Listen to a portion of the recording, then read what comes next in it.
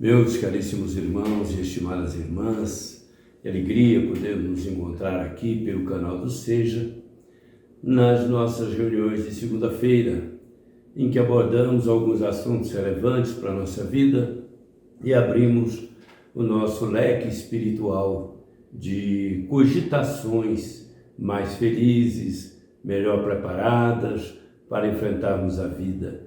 Estamos no canal do Centro Espírita Joana de Ângeles, da cidade de Franca, o canal do Seja Franca, pedindo que você se inscreva se ainda não for inscrito, se inscrito, acione o sininho para receber as novas notificações e também nos dê o seu gostei, se porventura o trabalho estiver a contento, vier ao encontro das suas expectativas. Também pedimos que compartilhe, possa distribuir essa mensagem, se útil, se você considerar útil, para mais pessoas do seu convívio, a quem você possa imaginar que essa mensagem possa ajudar de alguma maneira.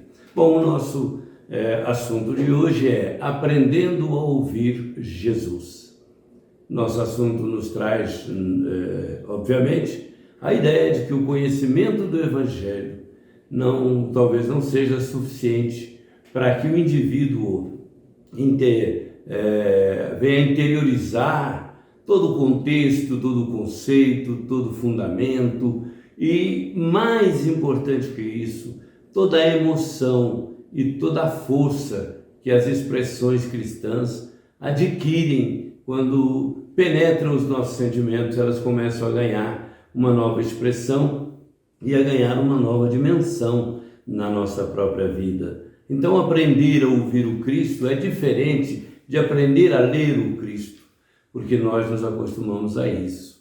Eu, a propósito disso, me lembrei de uma fase da minha vida muito importante, e creio que nas mesmas circunstâncias importantes para muita gente que passou por isso, que foi a fase do tiro de guerra, a fase de prestar serviço militar.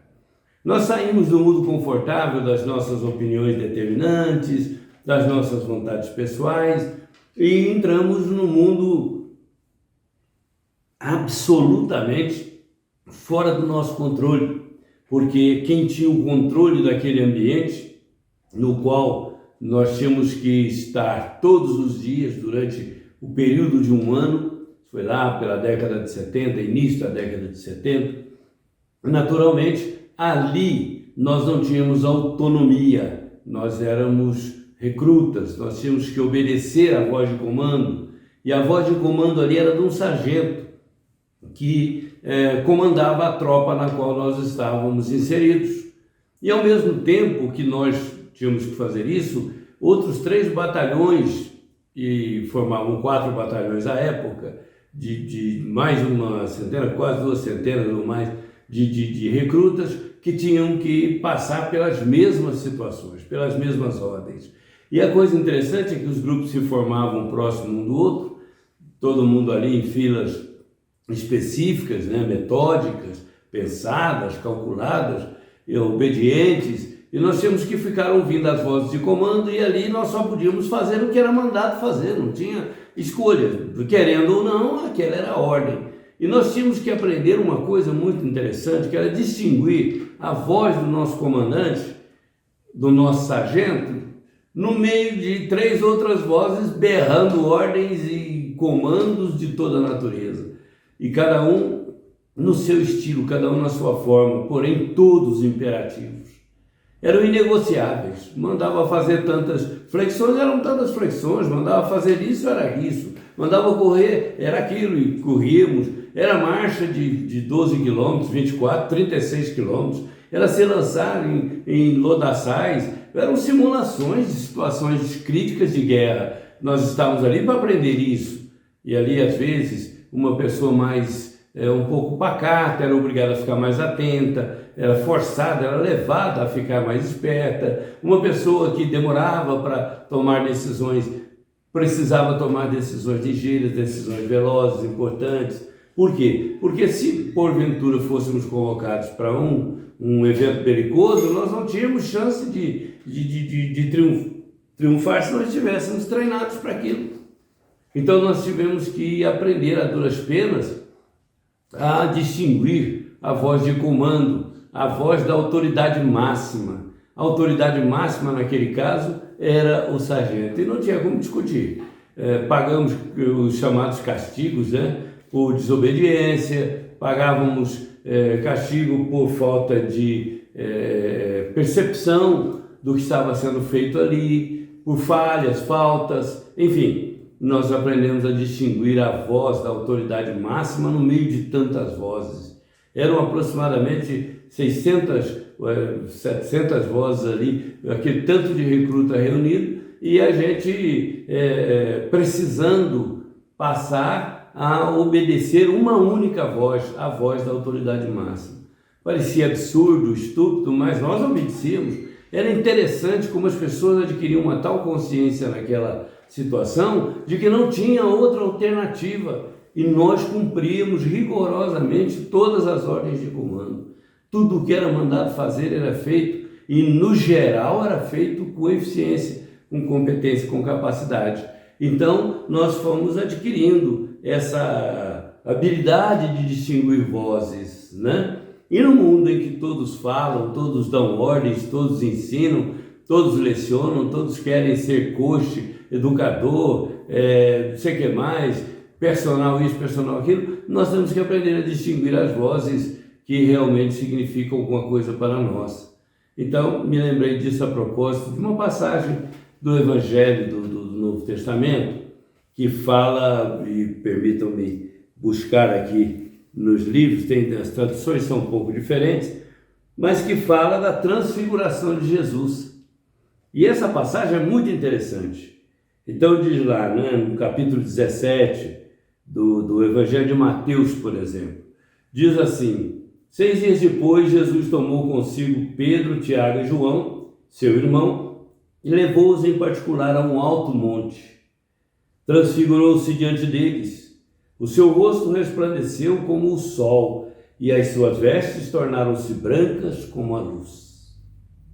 Nisto, apareceram Moisés e Elias a conversar com ele. Pedro, tomando a palavra, disse a Jesus: Senhor, é bom estarmos aqui. Se quiseres, farei aqui 3 tendas, uma para ti, uma para Moisés e outra para Elias. Ainda ele estava falando quando uma nuvem luminosa os cobriu com a sua sombra e uma voz dizia de dentro da nuvem: Este é o meu filho amado, no qual pus todo o meu afeto. Escutai-o. Noutras traduções está ouvi-o. Este é o meu filho muito amado, no qual pus todo o meu afeto. Escutai-o. Ouvi-o. Ao ouvirem isso, os discípulos caíram por terra, muito assustados. Aproximando-se deles, Jesus tocou-lhes, dizendo: Levantai-vos e não tenhais medo. E erguendo os olhos, apenas viram Jesus e mais ninguém. Está aqui no Evangelho de Mateus. Lucas repete essa cena em outras palavras no seu Evangelho. E Marcos tem uma fala muito interessante que Jesus dizia para os discípulos, e quando terminava de dizer alguma das suas falas importantes, ele disse: que ouçam os que têm ouvidos de ouvir. Então ali nós podíamos juntar as duas coisas e como se a voz tivesse dito para nós: e ouçam os que têm ouvidos de ouvir. E aí comecei a pensar a respeito disso. Ouvir Jesus. Porque nós ouvimos seus emissários, pastores, padres, pregadores, conferencistas, preletores, ouvimos os profetas que foram enviados por ele, mas as palavras de Jesus continuavam ecoando, apesar dos tempos, no espaço mental e emocional das pessoas. As palavras de Jesus que saem das páginas do Evangelho, dos comentários, dos comentadores, né, das suas elucubrações, das suas buscas de compreensão e explicações, elas são palavras que têm um poder muito limitado, o poder do humano, o poder do natural nosso, né? Então, por si só, essas palavras talvez não nos impactassem, não viessem elas magnetizadas pela voz do Cristo. A voz do Cristo está no ar, ela permanece conosco até hoje. Então é diferente de você ler uma página como eu acabei de ler. Às vezes lemos sem entonação, sem vibração, sem colocar nela a energia que Jesus imprimiu a cada palavra, a cada expressão. É diferente de quando lemos Jesus com o espírito calcado na emoção que ele nos tentava passar naquele momento.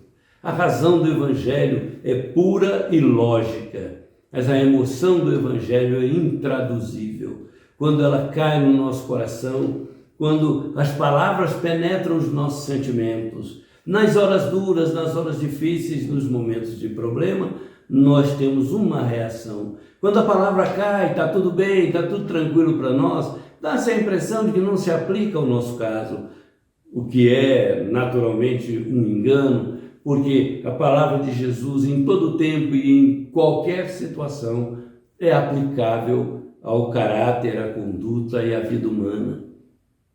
É suscetível de exigir de nós reflexões. Vinde a mim, vós que sofreis. É uma expressão tão forte, tão interessante, que ela implica em você conceber a ideia de que se há um sofrimento, ele tem uma solução, ou várias. Quando Jesus diz assim, vigiai, orai para que não entreis em tentação. É um apelo de pai falando ao filho, meu filho, toma cuidado. A vida é cheia de atrativos, nem todos eles saudáveis, nem todos eles bons. Tende cuidado, meu filho, cuidado no caminhar, no falar, no agir. E é como se Jesus continuasse nos explicando, amiudando e detalhando a sua expressão do vigiai e orai, que é praticamente uma legenda, mas é, na verdade, um ensinamento cuja profundidade e a importância implica na vida toda do indivíduo aqui na Terra e nas suas repercussões espirituais. Uma invigilância de um minuto pode traduzir sofrimento de décadas. Então, a fala de Jesus para nós, os cristãos, é para ser lida, porque ao tempo dele não havia registros fonográficos, mas há um registro fonográfico no magnetismo da natureza e do tempo, da memória e do sentimento, da mente e do coração humano, que é destravado pela fala de Jesus, enfática, segura, tranquila, cristalina. Então, nós aprendemos a ler Jesus, todos nós lemos as páginas que estão no Novo Testamento, na Bíblia, né? Nós lemos as páginas que são citadas por outros autores de livros que comentam o Evangelho e tentam entender a mensagem de Jesus e explicá-la. Nós aprendemos a ouvir Jesus através da fala dos seus pregadores, daqueles aos quais ele enviou para anunciar que o reino de Deus estava próximo. Então, nós aprendemos a ouvir vozes em abundância, como no tempo lá do tiro de guerra, várias vozes ao mesmo tempo, tanto dos recrutas, quando conversavam, em números de centenas, quanto dos comandantes, que falavam em tom enfático e imperativo das ordens que davam aos seus recrutas. E nós tivemos que aprender a distinguir entre tantas dessas vozes que falavam sobre a mesma coisa, aquela que tinha autoridade máxima. Foi por isso que a nuvem lá se abriu e uma voz tonitruante, imagina a emoção, a impregnação no ar da força dessa voz. Esse é o meu filho muito amado, dizem outras traduções, em quem eu me comprazo. Olha como Jesus foi explicado, como Jesus foi apresentado a todos nós naquele momento. É o filho amado em quem eu me comprazo, é a autoridade máxima que vos enviei. Por isso que no Livro dos Espíritos, Allan Kardec perguntou aos espíritos qual foi o maior espírito que Deus nos ofereceu por modelo e guia.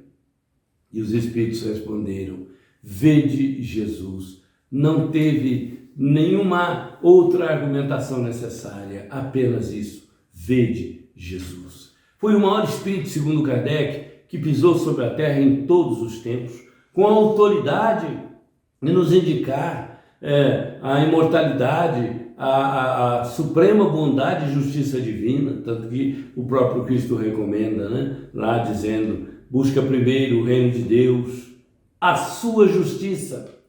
Porque a justiça humana, nós podemos trabalhar com bons advogados, minimizar as coisas, minorar, e até muita gente se safa de culpabilidades e delitos que cometem. Não são punidos, mas ninguém escapa à justiça divina. Ficareis aí enquanto não pagares o último ceitil.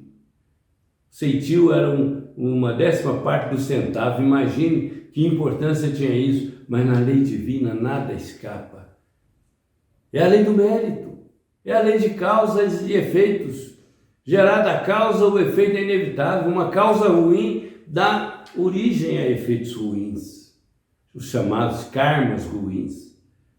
Sofrimento, dor, padecimentos, mas as causas boas nos trazem a alegria, a felicidade. Jesus disse: eu vim para que tenhais vida e vida em abundância. A vida já a tínhamos, eterna, porque Deus não nos fez assim, mas vivências de abundância, de alegria, abundância de felicidade, de paz, de amor, de respeito e solidariedade. Era disso que Jesus falava. Então, estou refletindo nessa noite com os amigos sobre esse aprendizado de ouvir Jesus, aprender a ouvir Jesus no meio de tantas vozes. Por isso, me lembrei desse episódio do meu tempo de tiro de guerra, em que fui recruta. Durante um ano tivemos que passar fazendo isso, e naquele tempo obedecendo ordens às vezes estranhas, ordens que contrariavam os nossos princípios, mas eram ordens que emanavam da autoridade máxima e eram ordens para serem cumpridas, verdadeiras. Então, quando Jesus nos diz que nós precisamos nos amar como Ele nos amou, nos amarmos uns aos outros como nos amamos a nós mesmos, Ele está nos dando ordens espirituais que são importantes no contexto da nossa vida e do nosso aprendizado. Por isso, na noite de hoje, vimos refletir sobre esse tema, aprendendo a ouvir Jesus. Os que têm ouvidos de ouvir, ouçam. Foi o que Jesus nos recomendou. O que ele quis dizer com isso? Que havendo juízo suficiente e havendo lucidez perfeita, nós não temos como não obedecer aos comandos poderosos de Jesus, a maior autoridade, a autoridade máxima na terra, para os nossos corações terem sucessos existenciais e cumprirem a sua jornada de eternidade sem tanto sofrimento, sem precisar recorrer, ou que a lei divina recorra aos expedientes corretivos necessários, existentes, porém, que nós podemos prescindir se aceitarmos a voz de comando de Jesus. E vos ameis uns aos outros como eu vos amei. Amados, queridas, fiquem em paz, que Deus os abençoe. Espero que a nossa reflexão nos ajude a pensar que nós precisamos continuar lendo Jesus, continuar ouvindo o que dizem sobre Ele, mas, sobretudo, aprendendo a ouvi-lo na expressão amorosa, de autoridade, de amor e de respeito, sobretudo de verdade, que Jesus sempre nos apresentou. Muita paz, que Deus nos abençoe e até o nosso próximo encontro, se Deus quiser. Fiquem com Deus.